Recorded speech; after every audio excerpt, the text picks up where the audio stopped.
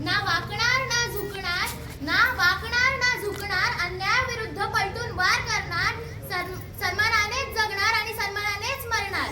हे हिंदवी स्वराज्य आहे. इथे आयाबायांची पूजा केली जाते. जाऊन सांग तुझ्या त्या बादशाहला, पुण्याची जहागिरी आता महाराज साहेबांची अर्धांगिनी चालवते. मी राजमाता जिजाऊ बोलते. माझा जन्म 12 जानेवारी 1598 रोजी सिंदखेडच्या म्हासाराणी आणि लखुजीराव जाधवांच्या घरी झाला. माझे नाव जिजा ठेवण्यात आले. जिजा म्हणजेच जय आणि विजय. म्हासाराणींच्या इच्छेखातीर आम्ही 6 भाषा शिकलो. मराठी, कन्नड, उर्दू, अरबी, पारसी आणि संस्कृत. त्यानंतर वयाच्या 12व्या वर्षी आमचे विवाह शहाजीराजे भोसले यांच्याशी झाले. विवाहानंतर मी महिलांना शौर्य आणि स्वाभिमानाचे धडे दिले. त्यानंतर माझ्या आयुष्यातील सर्वात महत्त्वाचा टप्पा म्हणजेच माझा शिवबा.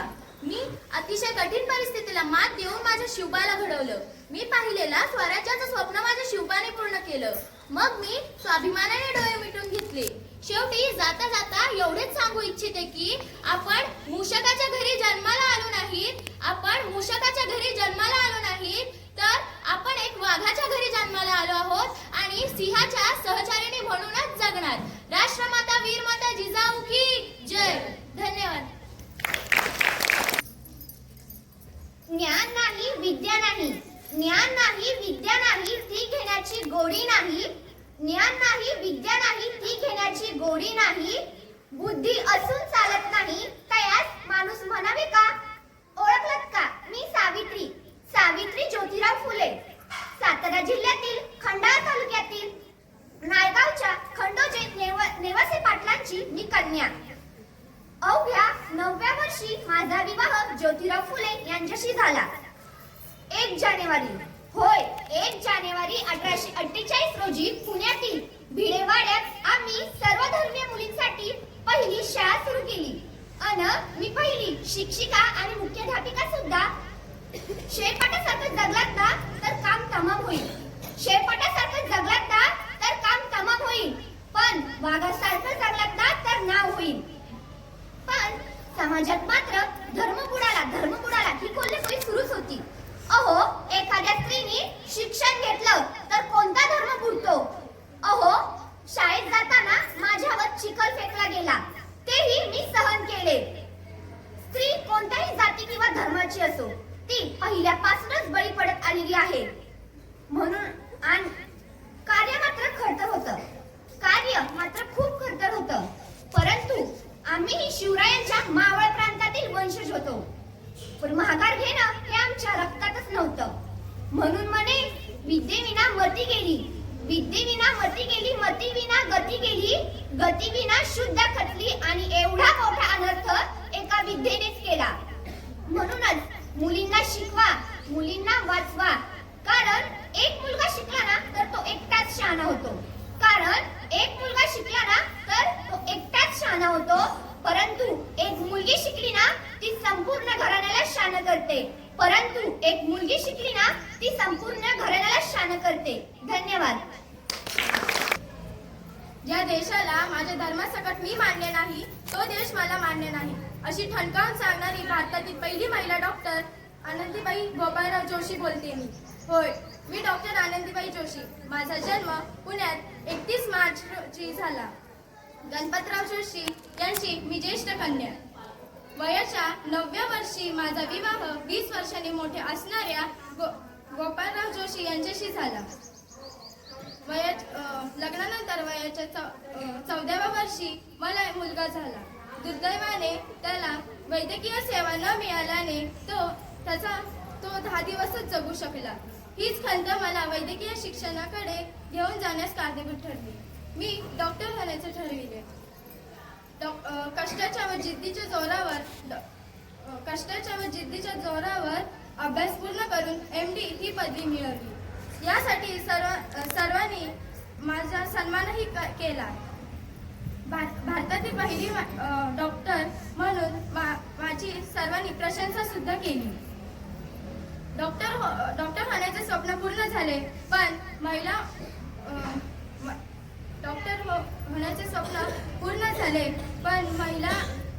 डॉक्टर होऊन देश भगिनींना उपचार करण्याचे स्वप्न अर्धवट राहिले.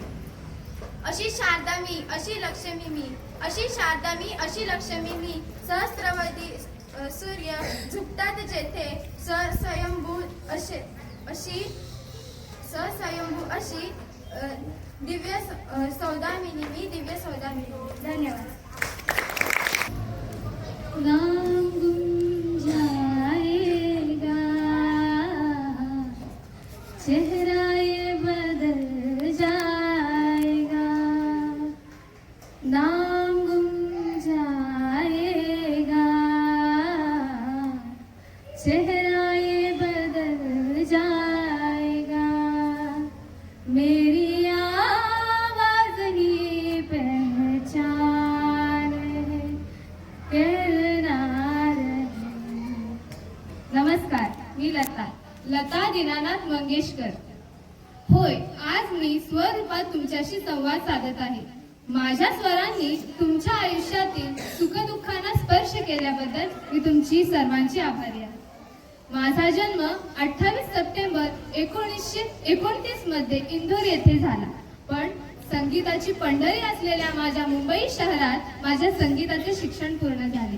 माझे वडील दीनानाथ मंगेशकर हे माझे सर्वात पहिले गुरु. त्यांच्याकडून मी संगीताचे प्राथमिक धडे घेतले. त्यांनी मला शास्त्रीय संगीताचे महत्त्व पटवून दिले. माझ्या आयुष्यात फक्त सूरच होते, पण संगीतासाठी मी माझे आयुष्य वेचले. काहींसाठी मी लता दीदी आहे, पण काहींसाठी मी लता बाई आहे. पण माझ्यासाठी सर्वात महत्त्वाची गोष्ट म्हणजे तुमचं माझ्या आवाजावर असलेलं निस्सीम प्रेम. आजही जेव्हा काचे पलीकडे मी उभी राहते, तंबोरा छेडते, तेव्हा मला जाणवतं की मीही अजूनही एक शिष्याच आहे, जी सुरेख स्वरांचा शोध घेत आहे. जाता जाता मी एवढेच म्हणेन की मेरी आवाज ही पहचान है, गिरनार है. धन्यवाद. मुलाची वाट पाहत आहात. अरे, सोडून जाणारे खूप असतात, सोबत राहणारे फार कमी असतात. तुम्ही स्वतःला सबल करा. तुम्ही नर्वस होऊ नका, कोसळून जाऊ नका. उद्याची पाठ तुमचीच आहे. कार्याचा ठसा जन्मनात उमटवणाऱ्या व्यक्तींमध्ये ज्यांचे नाव आदराने व आगीप्रमाणे घेतले जाते, त्याच मी सिंगाई सपकाळ होय. मी प्रेमाने पोरक्या झालेल्या असंख्य निराधारांना मायेच्या स्पर्शाने आपलंसं केलं. लोक मला प्रेमाने माई म्हणतात. मी मूळची वर्धा जिल्ह्यातील पिंपरी पेठे गावची. माझा जन्म एका गुराख्याच्या घरी झाला. माझा जन्म 19 नोव्हेंबर 1948 रोजी एका अभिमन्यू साठे या गुराख्याच्या घरी झाला. मी एक अवंचित मुल असल्याने माझे नाव चिंधी ठेवण्यात आले. चिंधी म्हणजे फाटलेल्या कापडाचा तुकडा.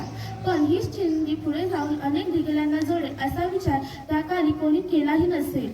मी 12 वर्षाची असताना माझा विवाह माझ्याहून 20 वर्ष मोठा असलेल्या श्रीहरी सपकाळ यांच्याशी झाला. मी तीनदा गर्भवती राहिले.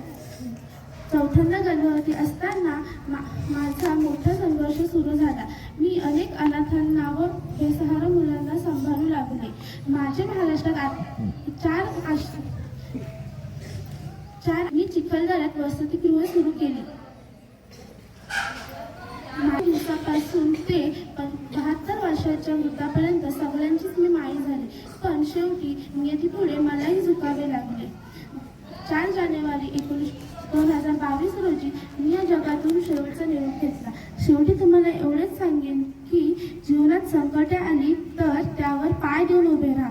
त्यामुळे संकटांची उंची कमी होईल. धन्यवाद. The path from dream to success does exist. May you have the vision to find it and the courage to get it and the perseverance to follow it. होय, मी कल्पना चावला. प्रत्येक भारतीयाच्या मनात घर करणारी अंतराळपरी म्हणजे मी कल्पना चावला. माझा जन्म 17 मार्च 1962 मध्ये हरियाणा राज्यात झाला. माझे प्राथमिक शिक्षण टागोर बालनिकेतन येथे झाले. तेव्हा मी इंजिनियर होण्याचे स्वप्न मनी बागळले. उच्च शिक्षणासाठी अमेरिकेला जाऊन एरोनॉटिकल अभियांत्रिकीमध्ये मास्टर ऑफ सायन्सची पदवी मिळवली. पुढे मी नासा येथे शास्त्रज्ञ झाले. अंतराळात प्रवास करणारी मी पहिली भारतीय महिला ठरले. दुसरी अंतराळ मोहीम करण्यासाठी 2003 साली कोलंबिया यानातून गेले. दुर्दैवाने ही अंतराळ यात्रा माझी शेवटची यात्रा ठरली. 16 दिवसांच्या प्रवासानंतर पृथ्वीवर परत येत असताना 1 फेब्रुवारी 2003 मध्ये यानाचा अपघात होऊन माझे निधन झाले. शेवटी मी एवढेच बोलीन की let us have all courage to pursue our dreams. धन्यवाद. नमस्कार, मी P V. Sindhu. Win or loss I always my giving 100%. Hard work is the key for success. माझा जन्म 5 जुलै 1995 रोजी झाला. माझे आई वडील दोघेही खेळाडू असल्याने खेळ माझ्या रक्तातच होता. वयाच्या 8व्या वर्षी मी पहिल्यांदा बॅडमिंटनचे रॅकेट हातात धरले.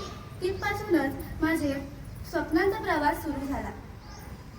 माझ्या यशाची काही सोपी सूत्रे.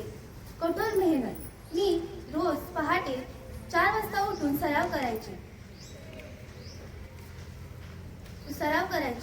आणि यशासाठी कोणताही शॉर्टकट नसतो हे मी माझ्या मनाशी ठरवले होते. शिस्त. खेळाडूसाठी शिस्त खूप महत्त्वाची असते.